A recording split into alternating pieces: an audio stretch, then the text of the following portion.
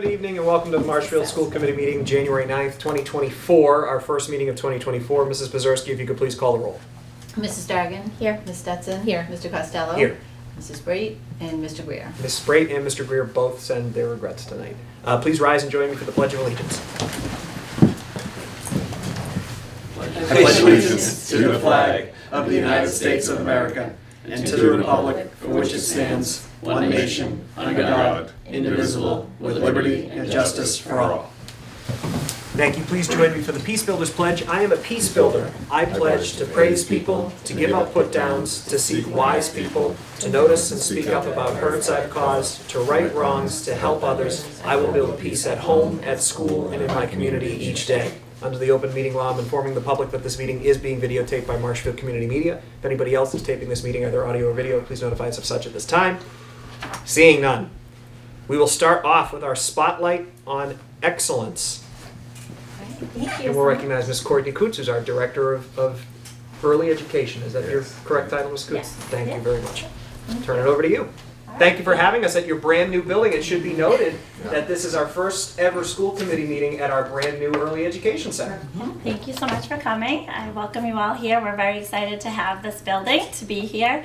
We're entering our 5th month and it's been great so far. We've had lots of positive feedback from our families, from our students, from our staff. So it's been a wonderful start so far. I'm just going to try tonight to be pretty quick, but I'd like to highlight a few things about our new building here, the Early Education Center, as well as the why behind our integrated preschool program. And then we'll end with our Mini Rams outreach program. I have Amy Carter here with me. She's the outreach coordinator and she's part of our program. So I'm hoping she can highlight a few things that we're offering to the community. So just a quick overview of our building. I don't know if everyone's had a chance to see it. If not, we could take a quick little tour at the end of this meeting if people are interested. But we have 4 classrooms. We have a wonderful motor space right behind me. The motor room is used by our physical therapist and our occupational therapist. We don't have a physical education class for preschool, so our physical therapist runs a weekly motor group for all of our students. And so she utilizes that space, so it's been great. We also have a speech office, so both of our speech language pathologists have a great spot to work with the students and store their materials. We have a nurse's office downstairs, so when we opened this building, we did welcome Kristen Eyre to our team. She's fabulous. If you get a chance, you should definitely check out the medical bed. It's the tiniest little medical bed I've ever seen. It's about this big, so it's well worth taking a look at. And our most recent addition is our new playground. So this came in November. It's been an absolute hit. You can see 2 of our little friends on the slide. We actually had a playground play date in November, and we had over 40 families attend. And that was kind of the kickoff and welcome for our new playground space.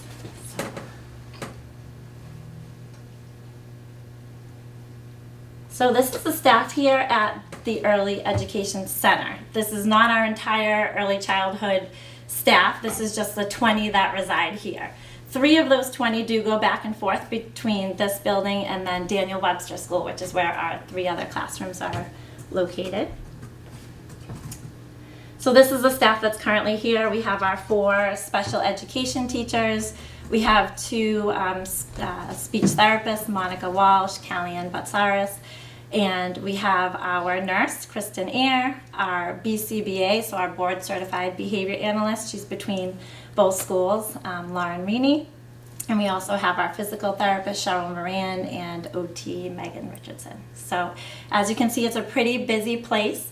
In addition to the students that attend our classrooms, we also have kids that come just for what we call tutorial services. So they'll come and just receive speech and language, occupational therapy, or physical therapy based on whatever their needs are. So a few other highlights. We're starting to create what we're calling a RAM fam. So it's our version of almost like a PTO where we're trying to engage our parents and our caregivers. So far we've had 2 meetings and it's been pretty wonderful. They actually helped us plan that playground play date in November. And they're also they've designed some merchandise, some mini Rams merchandise, which is very cute, and we're working with a vendor to get that up on a website. So our little Ram Fam is our version of a PTO. Our program, families are only typically engaged with us for 2 years, sometimes 3, so it's really just a quick little step in the journey of education. So we're trying our best to have some parent involvement in a way that works for everyone. And we also recently, so the day that we lost our electricity, we were in the process of having our first family event. So we had invited family and caregivers to come and do a winter craft. So each classroom hosted their families, and unfortunately, right in the middle of it, right after the song, we lost electricity. But luckily, our lights came on. We have our little emergency lights, and we were good. And I think I swung by that day. yeah, Yeah. you Walked in did. a couple classes. We were just surprised, but it all worked out. And luckily, these are nice, big, beautiful windows, and the light was pouring in. And to be honest, we didn't skip a beat. Like we just kept going. So everyone was safe and fine, and made their craft. So just for some numbers, currently at this building alone, we have 102 students.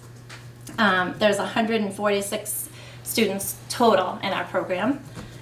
Here at the MEEC, we have 54 preschoolers, so those are our youngest learners. They come in the morning, and 24 of those students are students that are identified with special needs.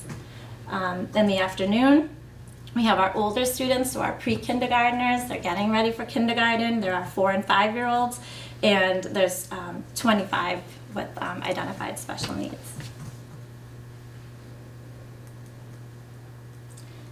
This picture I wanted to include. This is all of our staff for our whole early childhood program. So we currently have over 35 staff, including some of the staff that supports Amy's program, Amy's outreach program. So as you can see, there's quite a few of us. Probably a lot of familiar faces. Some of these therapists and teachers have been in other buildings throughout the years as well. So I wanted to highlight a little bit about the why behind our program, because we do get a lot of questions, and I think people think that some people do think we're almost like a daycare center. We are very much unlike daycares and unlike the private preschools that are in this town or any town. We are charged based on federal and state law, to have a program designed to support our children with special needs. So this program is designed with that in mind. Every one of our classes has a specific number of children with special needs. Every one of our classes is taught by a special education teacher. So the whole program, you can't separate it out. It is special education. So that is our mission, is to provide that high quality and developmentally appropriate learning for students of all abilities in a preschool environment that encourages diversity, cooperation, and then kindergarten readiness.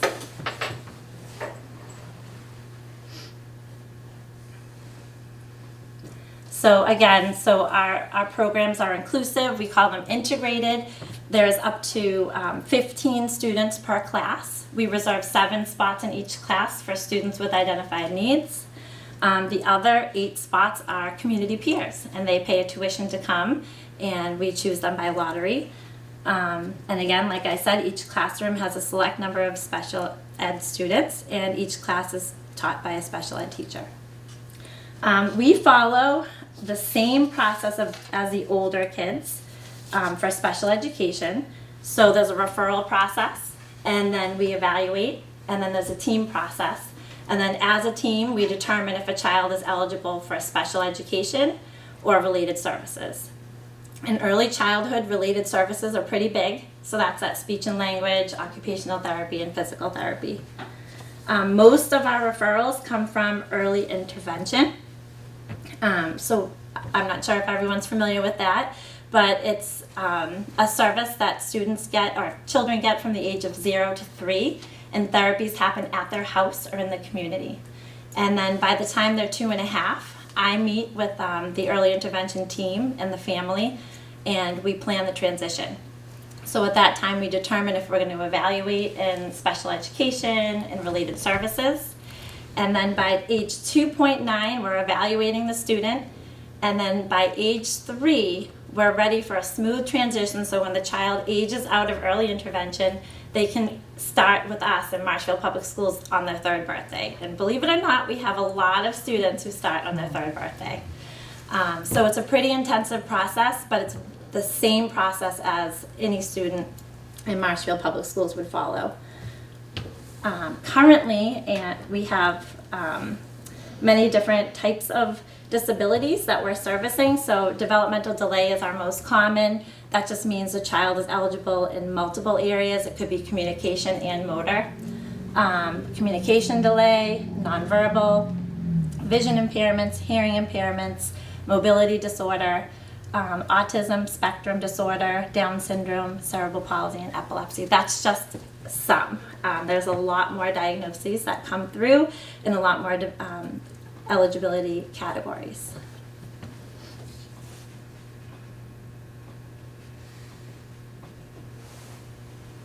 So in order to meet that need, we've developed a program where we have 12 integrated classrooms. These are all half-day sessions.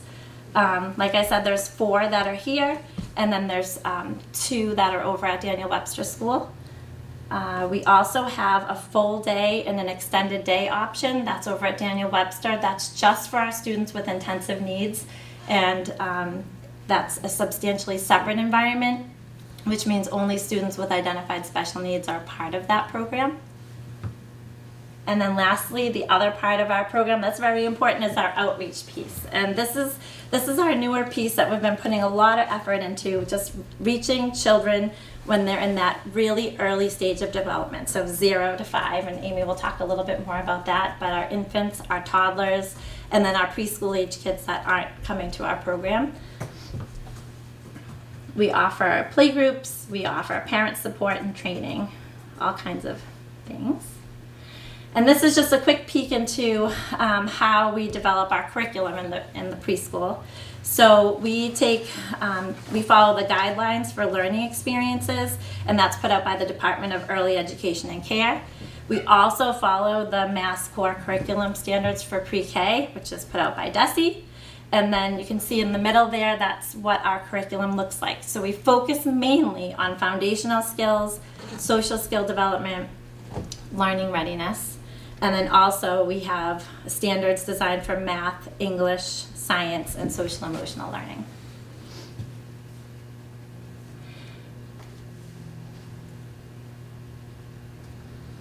So our program, we offer, like I had just mentioned, the standards-based instruction aligned to the Mass curriculum frameworks. We use a language-based approach with our students. And then depending on their needs, we might use a total communication approach. We have iPads that support communication. You can probably look around the room. You'll see lots of different visuals that we use to support the students. We are hands-on, multi-sensory interactive learning. So our students are always moving, always engaging, lots of time, as much time outside as we can, center time, circle time, just a typical preschool experience. And then the other piece that makes us unique is not only our students with identified needs, but all of our students participate in groups led by the physical therapist, so that's once a week, as well as the speech therapist and the occupational therapist. So they come right in, and the kids go right around them on the rug that you're sitting on, and they run a group. It's a wonderful way for the teachers and the staff to see some of the therapeutic strategies and then carry them over into the classroom. And then just to repeat, so our program is for learners of all abilities. These are just a couple pictures and a couple highlights of things that we might work on on a particular day.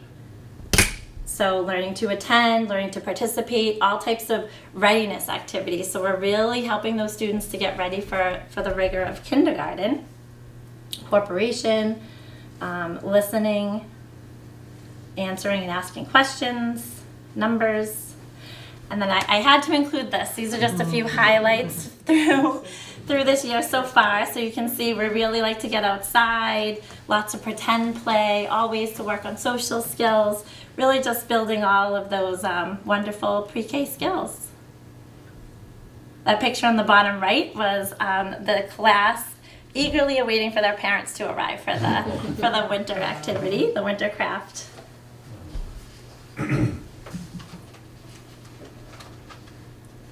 Okay, and lastly, we are charged again, there's a law, the child find law, where we need to make sure that we are finding all of the students that may have special needs. So what we do is we offer a community screening. So we offer 4 a year.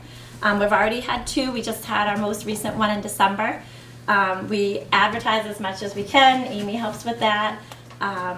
We get a lot of families, and they come through and they work with everyone on our team. So we always have a special ed teacher available, speech, OT, PT, and now our BCBA. And what they do is that we have a screening tool that we use. We work with each child, and then we meet as a team. And if we determine that more evaluation is necessary, then we will recommend that we start the evaluation process. So the screening is a really great way, just if anyone has concerns, like maybe a little speech concern or a motor concern, to refer. It's a lot of fun. The kids come in and they leave with big smiles. Like they're just playing the whole time, and we're gathering a lot of really important information. And then I just wanted to put in a quick plug. So we're gearing up for our registration for next year, the 24-25 school year. So our applications will be live the end of the month, so January 25th. And we ask that they're done by mid-March. And then we're going to be hosting an open house. We did this last year for the first time, so we just opened up one of our classrooms, and anyone that wants to come by to see and check it out. And we actually, I think we had about 45 families come through, which was great. And it gave them an opportunity to meet our staff and really check out what we're all about. And then this year we're going to screen all of our peers. So this is a new thing that we're also trying, because sometimes we find that our peers that are apply may have more needs than we're aware of. So it's a good thing just to start at the beginning. Everyone's screened, and we know how to place our students the best way that we can to support their learning. And then lastly, everyone will know by the end of March if they are in the program. All right, so that's my piece, and then talk a little bit about the Mini Rams outreach. Sure. I'm Amy Carter. Excuse me. I run the Mini Rams Community Playgroup program. It's funded by the CFCE grant and Marshfield Public Schools. If you guys just want to pass those along, those are our current programs. We provide free programs for families with children ages 0 to 5, and we give direct services or referrals that support their healthy growth and development. The Mini Rams offer free parenting classes. Sue West was in that picture that was just up there, and she is from BID Plymouth Hospital, and she is amazing. So she'll take the infants and the toddlers. She'll go through breastfeeding, infant massage, parenting techniques with all the families, all the parents. So she's a great asset, and I think I don't know how long she's been in the program. I think she's been part of early childhood for over 30 years. Yeah. She's amazing. She means so much to the parents. She can just get them to open up and just spill every. She was part of the program when Marshfield first took on She's developing. amazing. She's the great. integrated piece. So we have that. We have those types of parenting classes. We have playgroups, STEM groups, kindergarten transition programs, community events. We do lots of story walks outside, and that gets tons of families. We've been going to Coast Guard Hill, and it's a great spot to get a ton of people over there. I just passed out our January and February playgroups, and right now we have over 100 families signed up for one of the programs in there. We have the infant and toddler playgroups, Mini Rams playgroup for ages 1 to 3, and then one for 3 to 5. Preschool prep, which is my favorite. It's when the parents step back for an hour and the kids practice being in preschool, and it's adorable. It's so cute, but it's a good transition for them to see what it's like to be without mom or dad, so it's a really good program. And then at the library we have Twinkle Toes, Music in Motion, and Little Yogis, run by all amazing teachers, but those are all at the library. And then we have some STEAM ones, and then the story walks. So those are, and then we do some things at the shelter. We'll go to Carolina Hill and do a play group there. So, And we try to set up the schedule so that all families can participate. So there's some evening groups or evening trainings for parents. There's Zoom, there's in-person, and then we have weekend events Yeah. for families that work and aren't able to go during the day. So we've tried to cover all our bases. So there's a lot of options for families to choose from. But yeah. It's been great. We have a good kindergarten transition program too, where we'll have 3 events. We have the countdown to kindergarten at the library, and last year we had, I didn't have a picture of it, I couldn't find a picture, but we had over 80 families come and meet some teachers and see the manipulatives that they'll be using in kindergarten. Then we had a kindergarten information night where parents can ask questions and learn about the screening, because I know that can stress parents out if they haven't had a kindergartner yet. And then we have kickoff to kindergarten, also at Coast Guard Hill, which is a big celebration. The kids get books and crafts and activities, and that's a really fun day in May. Yeah, so this program is separate from what individual elementary schools might do. This is just a really general overview to kind of tame some of the nerves, because parents there's so many already in questions. Amy's group are just like what to expect for that kindergarten screening, like what is it going to be like when they go to school for a full day. Yeah. And so these 3 programs were thoughtfully put together to try to help just support the parents and the students. And it ends with that kickoff celebration, which is really nice. so much fun. Yeah, so last year, I mean, they seemed to really, Oh yeah, they loved lots it. of good feedback. The so bubble we'll man see. there, they loved that. Yes, we have the bubble man. Notorious. Yeah. And then in the summer, we this was, I don't know if this was the first year that I did it in the summer. We offered a program for students who weren't doing summer school, but they needed something, they needed a little support, and it was all taught by myself and then the other special ed teachers, the other special ed preschool teachers, so that was a good program over the summer. So a lot of our teachers can refer students to Amy, so Amy's a special ed teacher as well. So it works out really nice for those kids that aren't eligible for special education or for related services, but they do need some extra support. So it's been really nice, like partnering with Amy and helping to support those families that just need a little extra. Yeah. It's a great program. We have some parent education offerings. One coming up is with Mossman Play Therapy, and that's in a couple weeks, and she will do the training. We're not quite sure if she'll do it at her place or over Zoom, but we've already had lots of families interested in that, so yeah, it's a good program. I think that's it. Did you have another slide too? Oh, just there's another pictures adorable. over at South Some of the River. magic. Oh, so Amy's program is based out of South River School. So she Yeah. has classrooms there. Pizza. And the kids love being there and acting like they're in school. They come with their little mini backpacks, and it's adorable. And the older kids at South River love seeing the little ones come in. Fire drills have been interesting. When a couple times I have to take the babies out there. And, but Yeah. it's great being over there. So I think that's all we have. That is awesome. Yeah, that's it. All right. Thank you. Well, thank you very much. We appreciate it. I'll ask for a round of applause on that.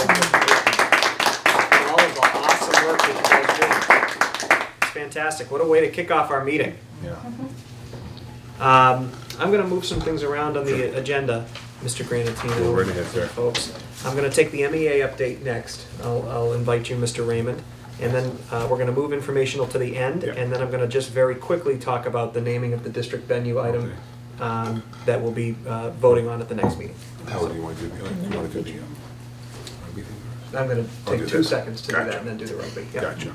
Mr. Raymond. All set.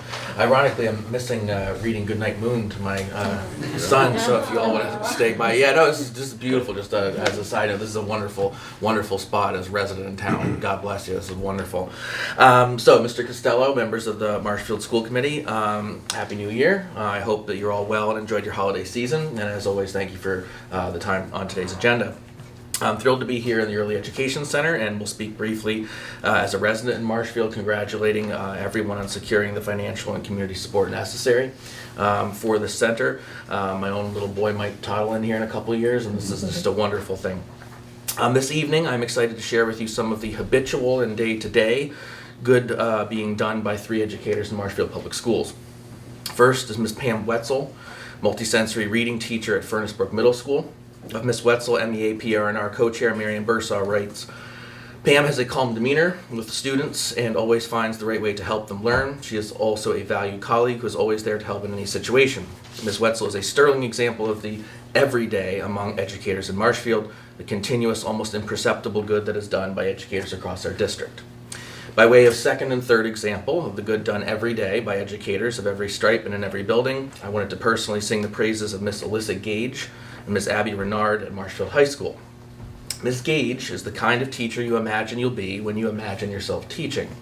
Her room is covered with vibrant posters she made herself on quadratic formulas, dividing by zero, exponential graphs, and slope-intercept form, all between artistic renderings of unit circles drawn by her students and at least a baker's dozen pictures of her beloved cat, whose name at present escapes me. She is the embodiment of every student every day, whatever it takes. She doesn't need me singing her praises, but she'll hear them all the same. Teaching is not what Alyssa Gage does. Teaching is what she is. Like so many at Marshfield, Alyssa was born to be a teacher and possesses an inconvenient humility that will make her profoundly embarrassed when she hears that I've shouted her out in my district-wide email tomorrow morning. Sorry, Alyssa. Speaking of Abby Renard, there is not a student in this town, those adjacent or from far, far away, that Abby Renard cannot reach, teach, and enrich. She is innovative and insightful, firm but fair, communicates clearly high expectations and high regard for every student she teaches. She's taught her colleagues the joys of book it, organized gifts and celebrations or bereavements, adapted her teaching to meet the academic and personal needs of all students, and has been a source of comfort and wisdom to new teachers finding their way in their first classrooms. And that's to say nothing of the time and wisdom she gives to teachers such as myself, more veteran teachers with newborns and new obligations of all stripes, helping them to navigate the balance we must all strike between our personal and professional lives. Compassion and professionalism, devotion to students, and development of craft like that possessed by Ms. Wetzel, Ms. Gage, and Ms. Renard, and so many others, is so commonplace in Marshfield Public Schools that it soon seems common. It goes unnoticed, taken easily for granted because it's so reflexive, habitual, ingrained in the very nature of our educators. It's hard to tweet, it's hard to explain in a meager update from the MEA president, but it's there so often and so organic we do not even notice. Ms. Wetzel, Ms. Gage, and Ms. Renard are three of the hundreds of names I could ask you to continue keeping close in mind as you make the important, difficult decisions that pursue what's best for kids and their teachers, and now our 8 incomparable schools. As always, thank you for your time. Thank you very much, Mr. Raymond. Much appreciated. On that note, just kind of, and thank you again. I, as you know, I love when you highlight teachers. And I want to focus very quickly on what you first said, is that now we have 8 schools, and this is just such another incredible building. We're going to table the vote on this, but I do want to bring up to folks just very quickly before we have our rugby folks come up, that we have here on the agenda the naming of district venue. And that is a policy under the school district that falls to the school committee. We have the ability to name a building, we have the ability to name a classroom, we have the ability to name a field. We can certainly do all of those things. It's very rare that we do it. I think in the 9 years that Ms. Stetson and I have been on this committee, we've done it 4 times. Mm-hmm. So it's very rare. And it doesn't happen unless it's fully deserved. And getting this building here in this town is certainly a labor of love for a whole lot of people. And I want to make sure we recognize that. But it's also a building that needs a name. And when you look at buildings like these, you want that name to reflect the values of your community. You want it to reflect the people that have impacted your town and the students. So I will be bringing forward the motion next week, and I know my friends here are eagerly anticipating that motion, and I know my friend to my left is embarrassed at that motion, that we will be bringing up a motion to name this the Granatino Early Education Center. So we're very excited to honor the tenure, the 9 years, which is just an inordinate amount of time for a superintendent to be here, are the 9 years of the incredible educational leader sitting to my left. There's so many students that you have impacted in Marshfield over your time here with your caring and your devotion to public education. There's so many staff that you've impacted, and you've certainly impacted all of us here at this table. We want to congratulate you on that motion coming forward. Thank you. And I look forward to voting yes. It'll be one of the proudest votes that I take in my time on the school committee. So we are sitting here in the Early Education Center that shall soon be named the Granatino Early Education Center. Mr. Granatino. Oh my God, I don't know where to start. I'm not going to say much because I'll probably just start crying. But I'm beyond honored. This is not what I do this work for, as you know, and nothing that happens in this district is a singular act. It's a team effort across the board all the time, and I know I say that a lot, but it's true. But I am honored for so many reasons. I love this town. I love working in this district for the families and the staff and the students.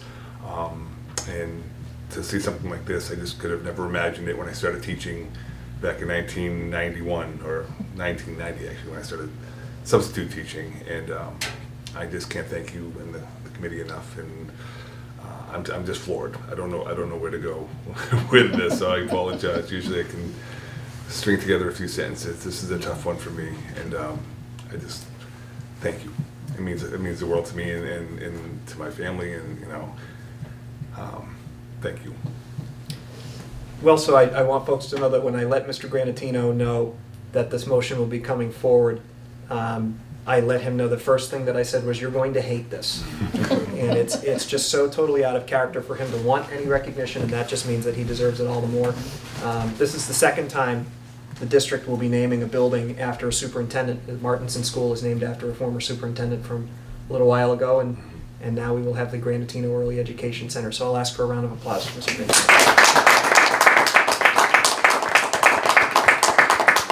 I look forward to bringing that motion forward with this committee in 2 weeks when we have our committee at full strength. Anything else folks will want to add to? No? Okay. Great. I'm sure everybody will have something to say. You kept it together good. I was like, don't look at me. That's good. Okay. We're going to go ahead and recognize our rugby friends here. Mr. Pamela. Hi. Do you have anything to say before we can? I don't it's my first school committee meeting in a long time. I was going to say, you certainly haven't the been first here. one in this building, which Yeah. looks awesome, by the way. Actually, a little jealous my kids didn't get to go here. Stay here. Wherever you want, Matt. Totally fine. It's your show, man. All right, I'll stay here. Yeah, that's good. So my name's Matt Pamela. I'm a high school teacher at Marshfield High School. I've been taught there this is actually my 20th year. I've also the head rugby coach for 20 years now. I played rugby at Marshfield. That's where I first learned under Coach Larry Small. Excuse me. Way back. Let's just say way back. And one of the big traditions in rugby is going on tour. So going abroad usually and playing other countries, and it's a pretty common tradition throughout rugby. Marshfield High School has gone on tour, I forget that, was it 4 other times? 5 other times? Yeah, so 5 other times, 3 under Coach Small to Ireland, England, and Scotland briefly. And then in 2006, I took the team to Ireland. And then again, I want to say in 2008, we had a trip to Scotland planned, but the volcano in Iceland erupted the Wednesday before our flight and wiped out our whole trip. For a while now, things with the rugby program, there were budget constraints for a while, and then a new building, a new fields, and just too much for me to really kind of move on going on tour again. But we've got things settled, and I've got help from Pat McGonigal, who has been on tour as a Marshfield High School rugby player and is now a parent of several Marshfield High School rugby players. We've put together a package working with a company called the Cara Group Travel, and we'd like to take them to Ireland. We'd like to take the kids to Ireland. That's awesome. Thank you. So Cara Group Travel, I've actually worked with them in Quincy. Oh, good on. They're awesome. Yeah. They do a really great job. Any questions from members of the committee? Or anybody over here? I would just like to know the cancellation policy. Well, it's in here. Yeah, I did. I can flip to it.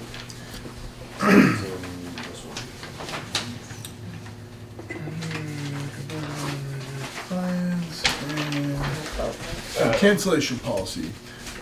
Air cancellation may vary once a group is secured.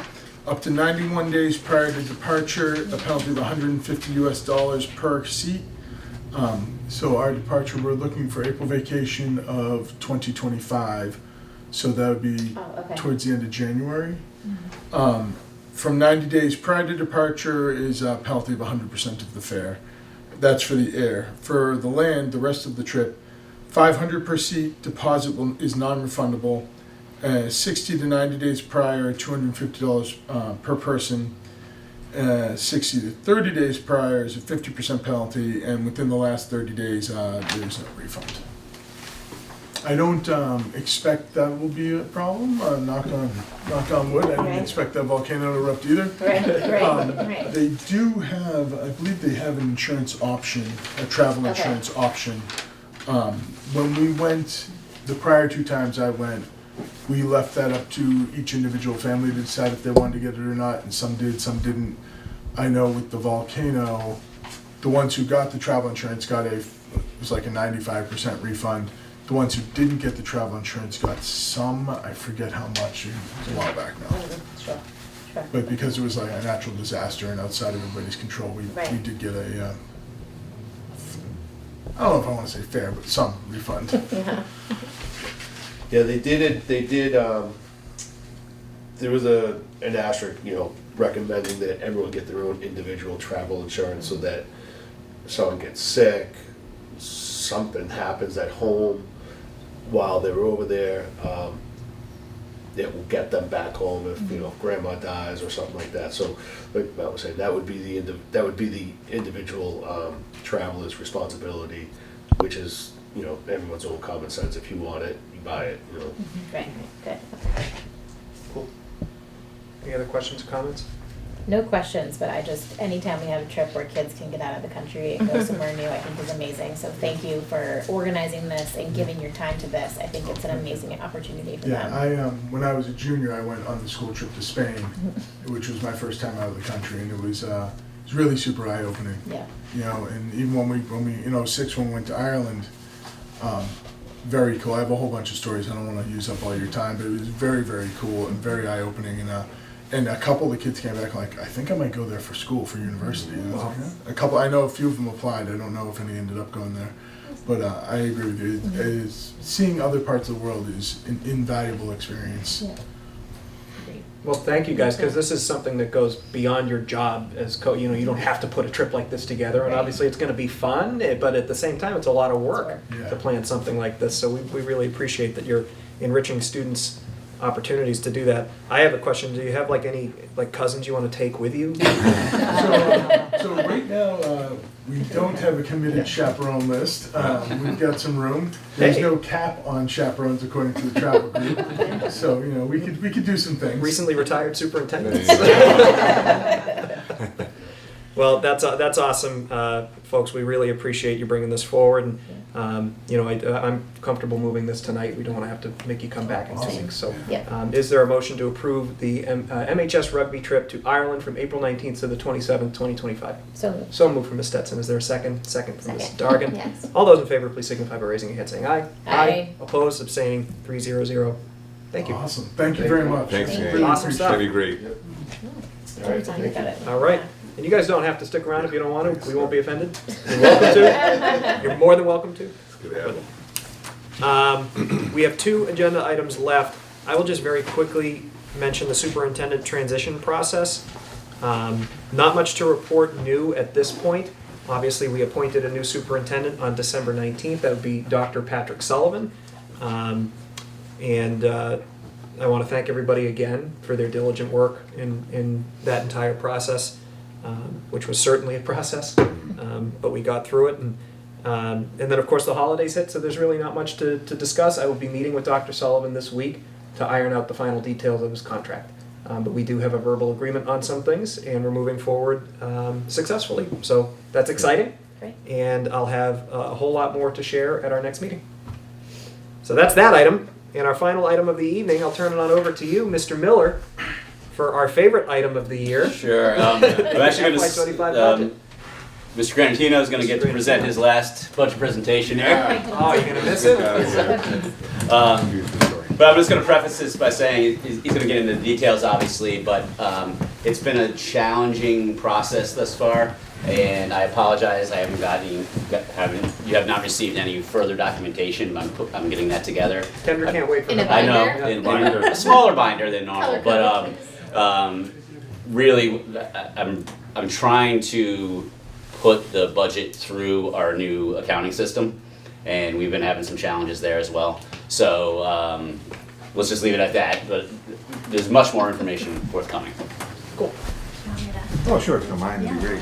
So this is pretty straightforward. Again, a first read of our budget. We'd like to give you a little background each time, and then let you know where we stand as far as what we're looking at as far as costs, expenditures that are coming forward, some things that we project every time, contracts, and a few other expenses that work their way into it that impact the overall budget. But we always try to bring forth a needs-based budget, not a level service budget where what we had last year we have next year. Although sometimes, in this year it might be one of those years where we're looking realistically at, a number that's going to be tough to meet, and we'll be really forthright with that. And Tom will help me as we move along a little bit here.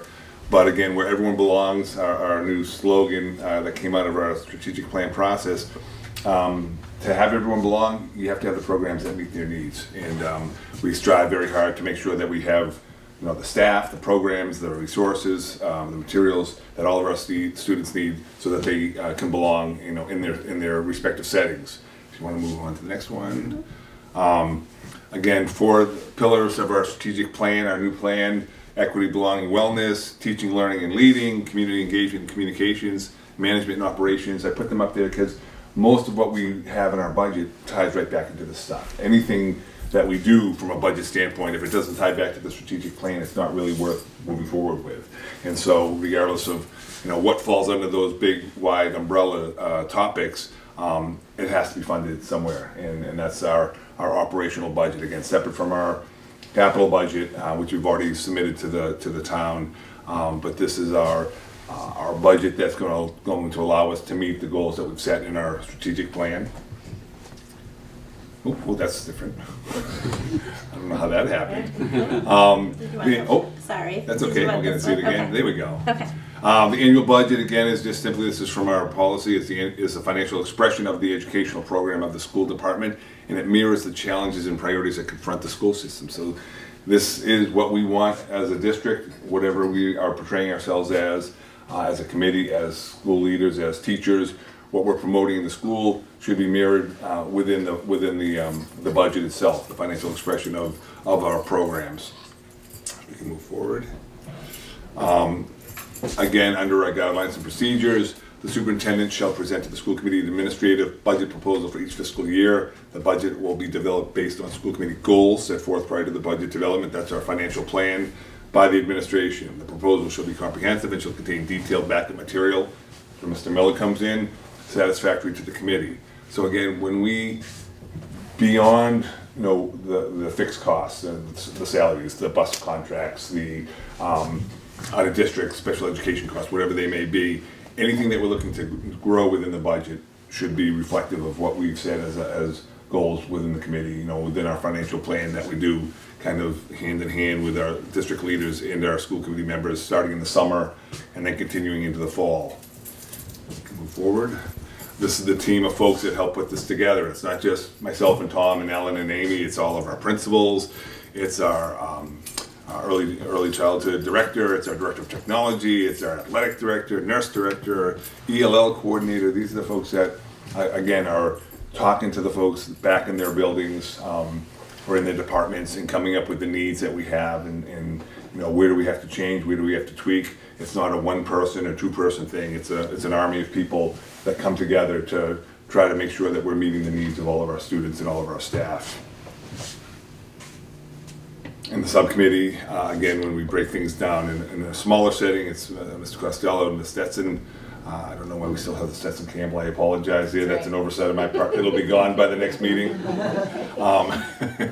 And then the central office team of myself, Tom, Ellen, and Amy. This is just a breakdown of our previous budgets going back to FY15, so it's almost my entire time here. FY16 was my first budget. And you see where we were in some of those budgets back then with a 1.2% increase, 2.23% increase.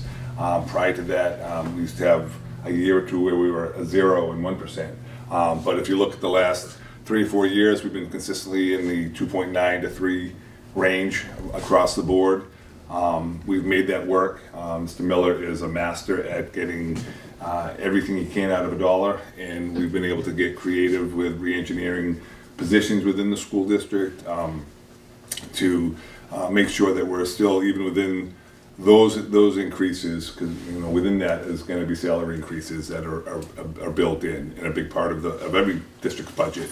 But there's other costs, whether it's special education, like I said, transportation, heat, electricity, that which really went up high this year. So we've been able to go forward, add a lot of people, keep a lot of folks on board with budgets in the high 2s, low 3s. For the last few years, which is pretty impressive. And I was doing a number, looking at some past numbers. Back around 15, 16, we had 500 to 600 more students than we have currently right now. We have almost the same amount of full-time equivalent teaching certified teachers in the district. And again, some of that's changed. We have maybe fewer elementary classroom teachers because the sizes have gone down, but we have, whether it's adjustment counselors or social workers or ELL instructors that we didn't have 10 years ago.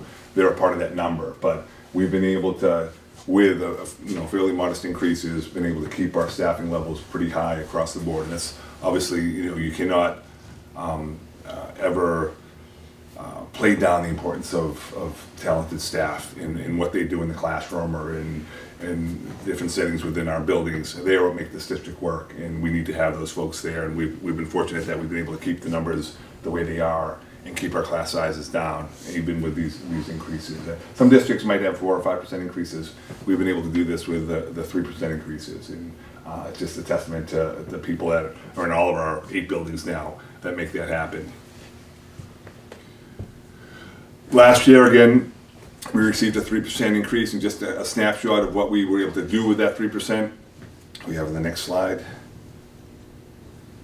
Meet our contractual obligations, which is obviously our number one goal. Met the staffing needs to ensure that we had the optimal learning environments. Our class sizes at the elementary level, although you might have a grade here or there that might be a little higher than the others, but overall, I think our numbers, and I don't have that right in front of me, but around 19.2, 19.4 across the board elementary class sizes, which is some of the lowest in the region. At the secondary level, again, our class sizes are very reasonable. You're not seeing classes in the 30s or in the high 20s even. I would say across the board, we're probably averaging in the low to mid 20s at the high school, and probably a little less at the at the middle school. Again, with some that might be in the higher 20s, but we have some down in the teens as well. So we've been able to keep that environment, that learning environment, at a really great level. We transitioned into year 2 of our new math program at the elementary level, and new math and science programs at the middle school. We added an additional literacy coach that works district-wide. We instituted the position of Assistant Director of Special Education. Ms. Patty Casey's taking on that role and doing great work.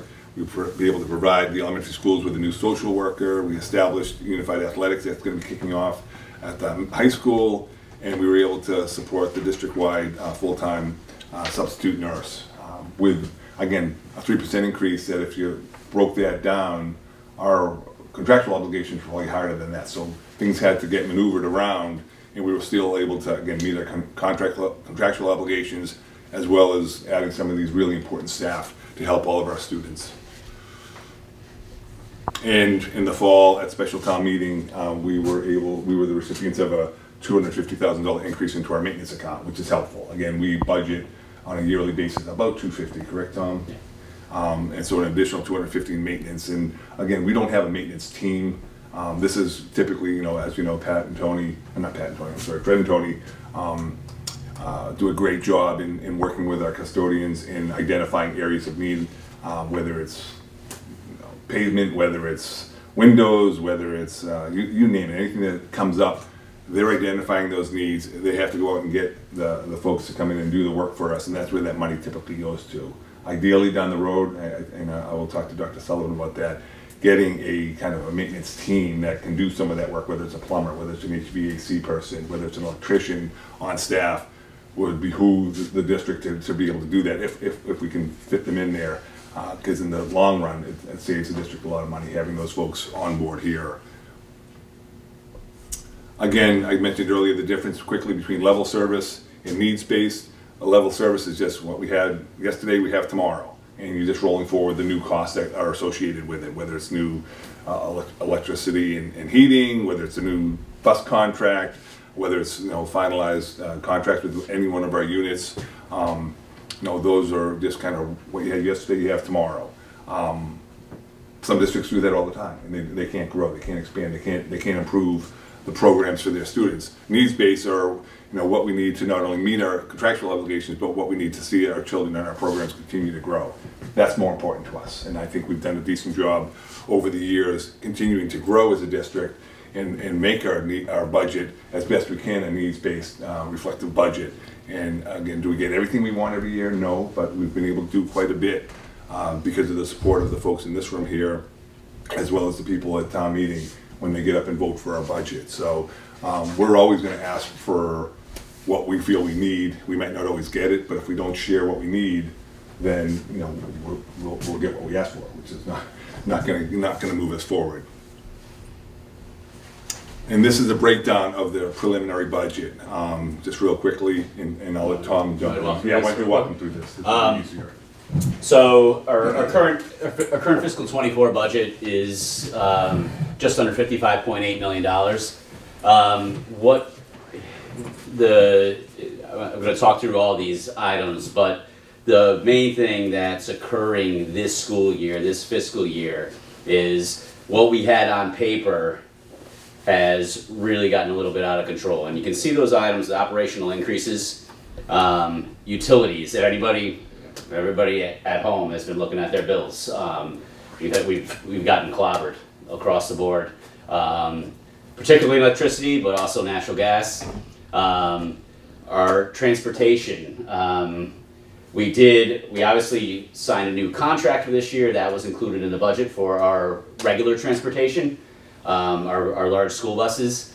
There's a $50,000 increase there for next school year. That's the 3% increase. However, our special education, our out-of-district transportation, our homeless transportation, $320,000 increase in special education transportation, and historically we had homeless paid out of a grant. It has expanded so much that this school year we're expected to spend about $100,000, and obviously that carries over. So what's happened is this is a duplicative effect, that these increases are occurring unforeseen in this year, and we need to move them forward to next year as well. So back to the top, we have almost all our contracts settled, which is excellent. For fiscal 25, we only have our custodial unit and our tutor unit that are not settled for 25. So we have a massive spreadsheet. We know exactly what our salaries are going to be for the most part.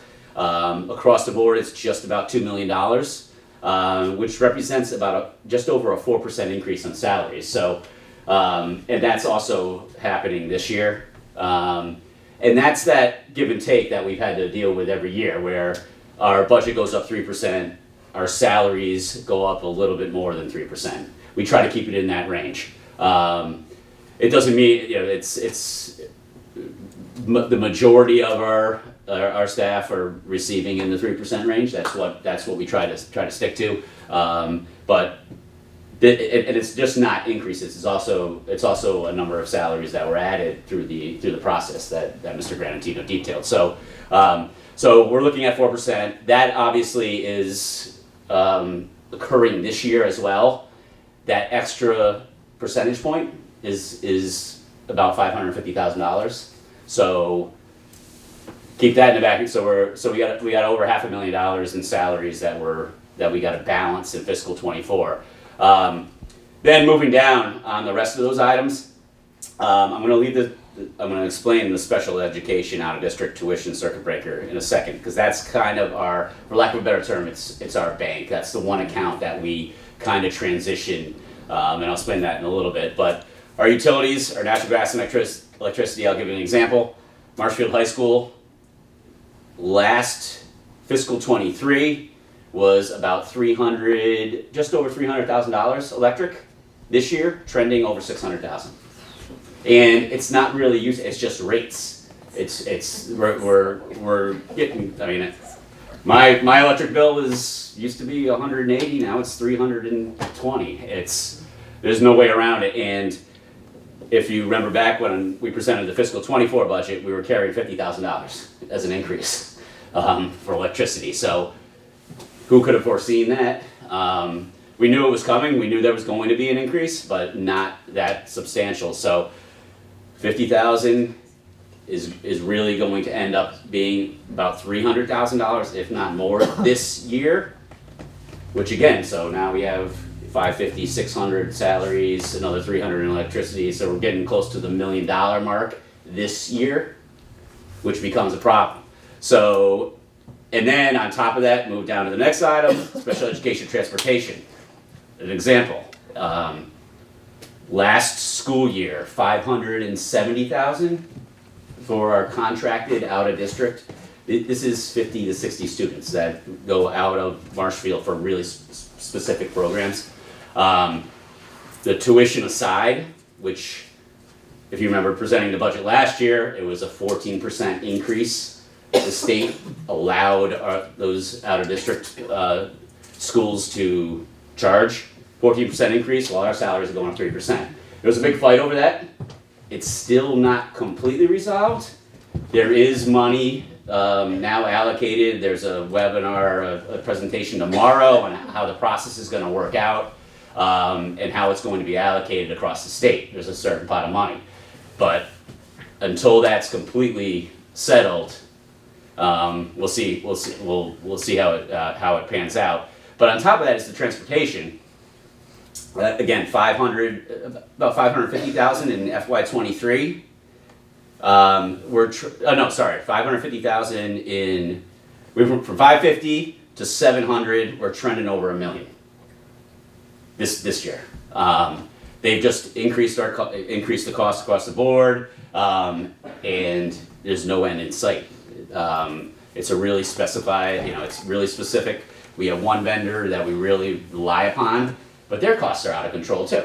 So it's just this effect where it's the inflation we're all dealing with, and so 320,000 special education transportation, our homeless transportation, same thing. We spend $300 a day for one student to go from one place to another, and it just adds up. And the more homeless students we have, the more costs. Like I said, we have kept that. We've kept about $50,000 to $60,000 in a grant for homeless transportation. This year, we're trending to spend about $100,000 out of our operating budget. Again, there's another 100. So we're looking at, again, so 550 in salaries, 300 plus in utilities, and then another 300 in so that's where it's rolling over $1 million in a paper deficit for 24. I'm going to explain how we get through this year, but the problem with getting through this year is next year. So the one bright spot is vocational tuition. It's not really that bright because we're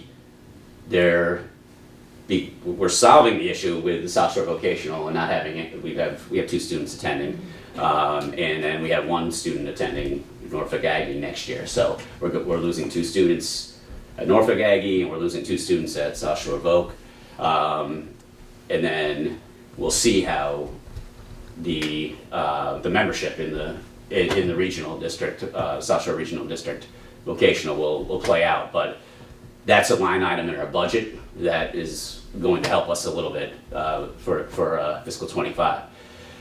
The last component of the puzzle is the special education out of district tuition circuit breaker. So we were fortunate almost every year. We've been fortunate to carry over all our circuit breaker funding, and really quickly, out of district tuition, those 50 to 60 students, the total cost, and actually it's a little bit more than 50 to 60 because there's some local collaborative students, maybe 70 to 80 students. It's $4 million for those students. We're reimbursed by the state It's a little bit of a complicated formula. The first $50,000 is on the district, and thereafter the state reimburses 75%. That 75% doesn't come till the next year, and then you have to spend it by the end of the next fiscal year. So it's a little bit of it's what I've always called, it's our reserve fund most years. There's only been 1 year where we had to spend a significant amount of circuit breaker to make things work. That's what's going to happen this year. So on paper for fiscal 24, we're utilizing all the circuit breaker to make fiscal 24 balance as we see what's actually happening. So taking into account those utility increases, the contracted transportation increases, and our out-of-district tuition increases, which are also embedded in there, it's not a true 1.4 million. The real issue is utilizing 1.9 million in circuit breaker to make fiscal 24 work on paper. Now, in the end, we traditionally have savings. Our salaries, I don't have the full number up there, about 49, almost close to 50 million at this point in salaries across the board. That's every position we have, every line item, 50 million. But when we get through the year, we have vacancies. We have more vacancies than we typically have,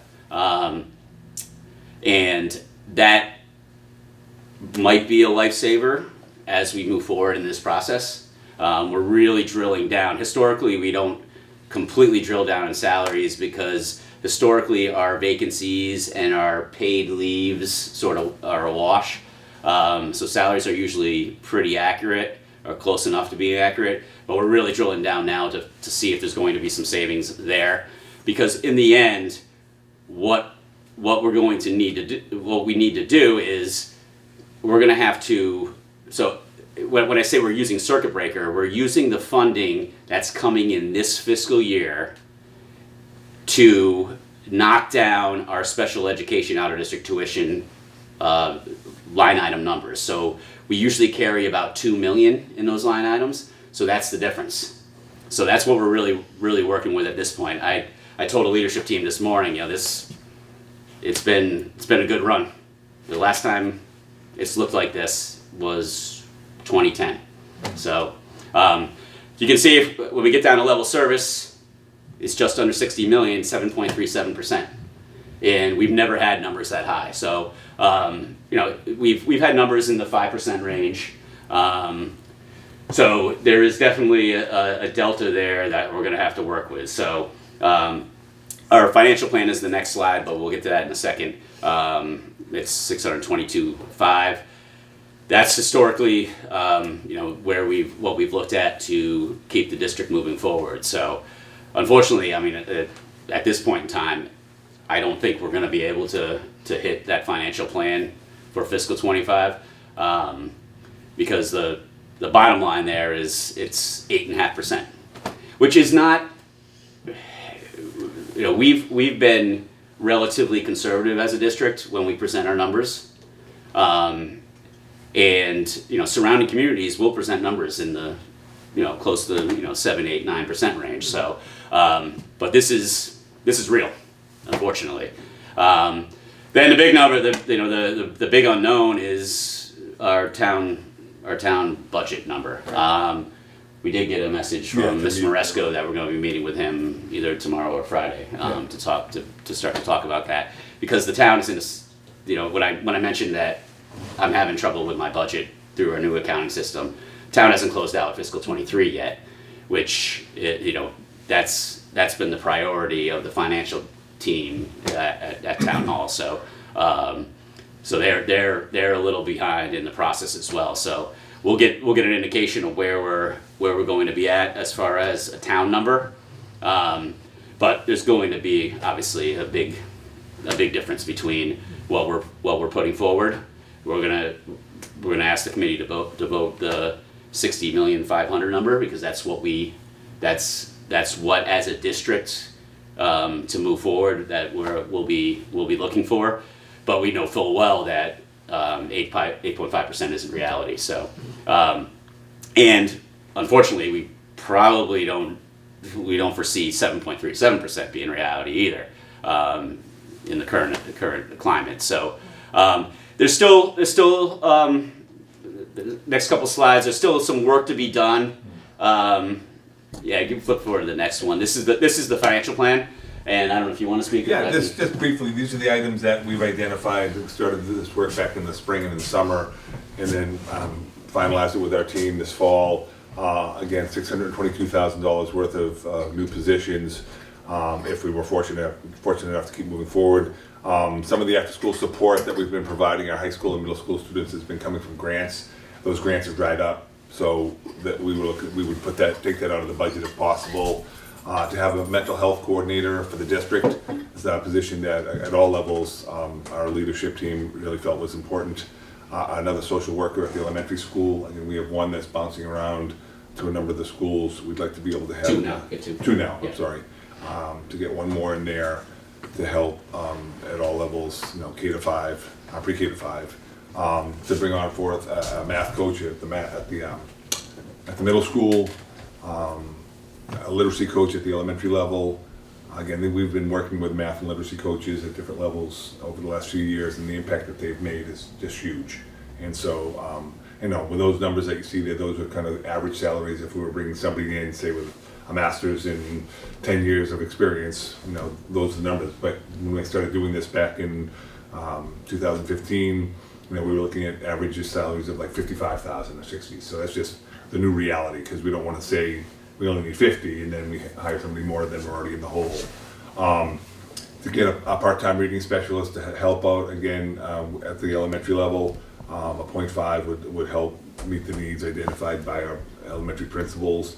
Our technology integration specialists, we have them predominantly at the elementary level right now. We'd be looking to add another one at the middle school as well as the high school, and then an administrative assistant to help out at the middle school, predominantly in the guidance department there. So these are things that we've kicked around all summer and fall. Again, the total there is $622,000, a little over 1% towards the operating budget. And again, with our fixed costs, we know this is going to be a tight squeeze to move forward here, but we want to be able to share. If we had manna from heaven, where would we put it? We put it in these positions right now. Is that prioritized, the order? No. No, it's unprioritized. However, the after-school support is currently going on. That is one of the very few things that we funded through ESSER that we want to keep moving forward from the ESSER grant. We were very, very specific in keeping it to one-time revenues. And in reality, it is a one-time revenue because it was really put in there for kids coming back from the pandemic. Right. But it's been a huge benefit for our students, so that's one thing that everybody agreed we wanted to keep moving forward. We've always had after-school support, but not as beefed up as it has been. So whether it's possibly not 100, but we're going to still continue some sort of after-school support. Gotcha. Next one. And these are the things that, as Tom alluded to, that are still out there. We still haven't got the governor's budget that comes out typically the third, fourth week of January 24th, I think this year. There you go. So January 24, we'll see where we're at there. Circuit breaker number comes out around that time as well. Contractual negotiations, most, as Tom said, are settled, which is great.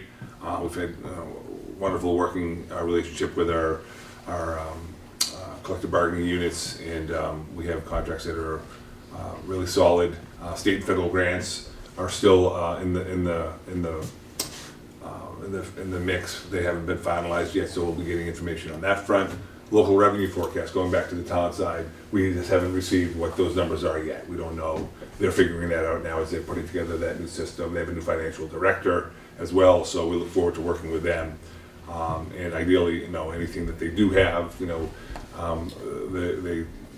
want to help support us, and I have faith in that. We just don't know where that number is going to fall right now. Any changes in the world of special education, student services, it could change overnight. You could have 5 people move into the district, and with needs that are extraordinary, and it's our obligation to make sure we fulfill those needs. And so that's always a wild card, as well as enrollment. Again, in some areas our enrollment's dipping a little bit. As I mentioned, we're about 500 to 600 students less than we were 9 years ago, which is a pretty big delta. And then, we haven't heard a huge number of the South Shore VOTEC enrollment, but we're going to have more students coming from our 8th grade into that program, and anything up or down is going to impact our budget a little bit. The one thing that's not on there, and what I was starting to speak to, was it's really how we close out 24. Because anything we can save in 24 is going to help us move forward to 25. So that's where we're at right now. That's the key. Okay. Yeah. And that is it. Next steps, I'm sorry. Again, this is what's going to continue over the next 4 or 5 months. We'll meet as a leadership team to discuss any adjustments. We had a frank discussion with our leadership team today, saying that we're going to have to probably look in areas where we hadn't had to look at too much in the past, to make sure that we're saving every penny we can, to allow for us to continue to grow where we can. We'll vote the preliminary budget at the next meeting on the 23rd. Again, we have a couple contract negotiations to settle between now and the start of the school year. Again, lines of communication with Town Hall, with their financial team. The budget subcommittee will get together and review the target number, wherever that falls. We know what our target number is going to be, but as far as what the town says, we're going to try to fall in the middle of that. Budget and district goals will be discussed at future meetings over the next 4 months and shared with our stakeholders. And throughout the winter and spring, we'll be meeting with the advisory board, as we always do, along with the Board of Selectmen, to discuss both our capital and our operating budget requests. April 9th is typically the meeting that we have voted our budget, although we did vote our budget once, I think, 15 minutes before the start of town meeting, and that happens sometimes. And depending upon where we're getting for revenue this year, we might be making a later vote than we typically have, with town meeting being on the 22nd. So that is where we are at. That's saddened to say a little bit. The last budget's the most challenging budget since I've been here, but I have faith in the system. I have faith in the people that work with us on our school side, on the town side, and we will put forth a budget that is going to allow us to continue to grow, but it just might be a little tighter than we've had in the past, and we'll get there. I have faith in that. We always do. Okay, any questions? I know it's just the first read, and Tom will have some more supplemental. Yeah, for you guys. I do have a bunch of information that I'm going to give to both of you for the budget subcommittee. And we'll meet. If we don't meet before the next meeting, we'll definitely meet very soon. Cool. To discuss. That's great, and we eagerly anticipate our binders. Yes. Yes. Any questions, comments from members of the committee? Okay. Thank you both. Thank you. Mrs. Pazurski, if it's okay with you, we're going to push minutes to the meeting where we actually have people here who can vote on the minutes. We're going to do informational. I'll turn it on over to you, Mr. Granatino. Just real briefly, I don't have a whole lot of items here. Really old fashioned. We just before the winter break, I just want to send out a big thank you to the Marshfield, our high school kind of accelerated chorus group, choral team. They went to all of our elementary schools and performed for the youngsters, and it was one of the coolest things I've seen all year. They came in full regalia in their tuxedos and their black dresses, and they were fantastic, sang great songs for the kids, and it looked like the kids were looking at rock stars. I mean, they really did. They were looking up with just awe in their faces, and I think that's how our programs continue to grow, and they get to see what happens when you get to become a middle schooler or a high schooler, and it was so impressive, and they did a great job at every school and at each place. The students and their engagement with the youngsters was fantastic to see. So I wanted to thank Ms. Vittora and the Marshfield and their team, and it was great to see. Also want to welcome Karen Goff, our new high school guidance director, just joined the team yesterday. Came to us from Pembroke. We're obviously big shoes to fill with Ms. Carol Lee Ford retiring in the middle of the year, but we were able to secure Karen, who's a very talented seasoned guidance counselor, guidance leader from Pembroke, who's joined us and is hitting the ground running. So we're very excited for that. To build with that fantastic team of guidance counselors we have at the high school. We also have a new nurse. I know Ms. Stetson's probably still not She's in mourning. in mourning with Ms. Mudge, Ms. Carolyn Mudge retiring, again, a fantastic nurse for so many years and generations of students retiring at the break. But we have Ms. Jenny Goodwin, who has been in the district for the last year or two, subbing before, and then this year she came in with one role and then quickly became the full-time replacement for Ms. Mudge during the fall, but has now been hired to be our full-time nurse at Martinson Elementary, and she's been doing a great job all year already. Has made a name for herself and really kind of built on that really comforting climate that Ms. Mudge built at the Martinson, and Ms. Goodwin and her team are keeping that ball rolling forward. So we're excited about that.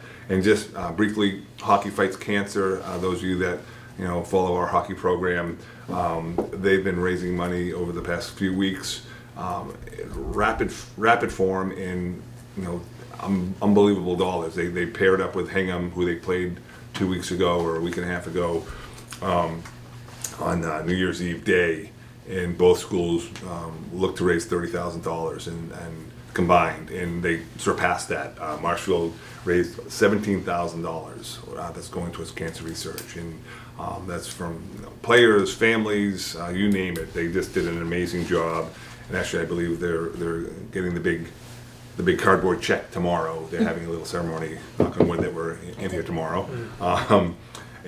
So Coach Connolly and his folks, and again the parents. We saw that game on New Year's Eve day. There was probably 24 parents, including Ms. Dargan, decked out in their purple game jerseys about cancer awareness, and it's impressive to see a group come together on a cause like that and do so much good so quickly. So kudos to them, and we're excited about that. That's awesome. Yeah, that's where I'm at. Thank you very much, Mr. Granatino.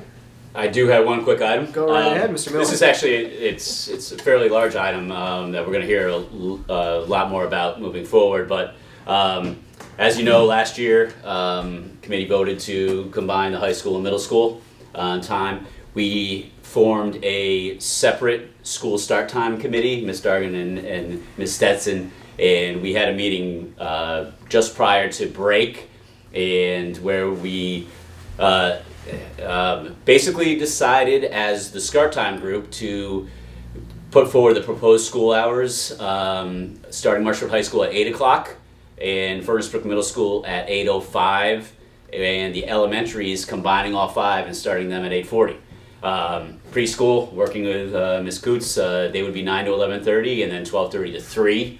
I met with Topman right after that meeting, and we have some things to hammer out, but we are about 95% certain we can make this work, which is exciting. We're going to get the transportation committee back together, hopefully next week or as soon as possible, because there's a couple more decisions there to be made as far as bus pickups and bus zones. But other than that, we're pretty certain we're going to be able to make this work. Just if there was any fallback plan, we're 99.9% certain the busing works for the high school and middle school combined. The issue there obviously is going to be traffic flow, and we're going to have a separate group looking at that with the Marshfield Police. But if the elementary, again, we're fairly certain we can make it work. We really need to get through. We're going to put it out there that these are the times. Just with the one little caveat that if something fell apart registration-wise, we would revert to the 745, 750 as was originally proposed and keep the 2 tiers. But this is the plan. It'll eventually obviously come to the committee to finalize. But we're going to get this information out. Once the transportation committee meets, we're going to get this information out to all our stakeholders, get feedback from them, and then hopefully open up registration for transportation in March, giving the month of March for registration, and then have solid numbers by March 31st. And hopefully everything works out. Did you have a end time for the high school? End time high school is 2:32. Okay. And Furnace Brook is 2:35, which is interesting, but it's going to give Furnace Brook time to dismiss and organize. Because I think that's going to be a real important thing at the middle school level too. If you've seen the dismissal there, it's a little crazy. So we're fairly confident that we're going to be able to make that work with the busing, and then obviously it gives us the elementary wouldn't dismiss till 3:20, which gives us a good time period to get through those, and then we would solve the two primary issues that we began this process in trying to solve. Awesome. Yep. Great work.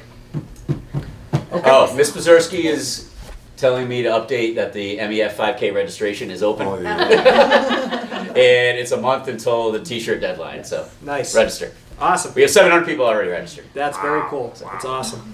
It's amazing. Okay, any subcommittee reports at this time? Aside from that great subcommittee report we just heard. We've reached a point in the meeting for public participation. If any member of the public wishes to address the committee, they are welcome to come forward and do so. Seeing none, I don't think we have our student representatives here tonight either. We'll push the meeting minutes to the next meeting, and I believe that is every piece of our agenda. Yes, sir. Is there a motion to adjourn? So moved. So moved for Ms. Stetson. Is there a second? Second from Mrs. Dargan. That's a roll call there, Mrs. Pazurski. Mrs. Dargan? Here. Yes.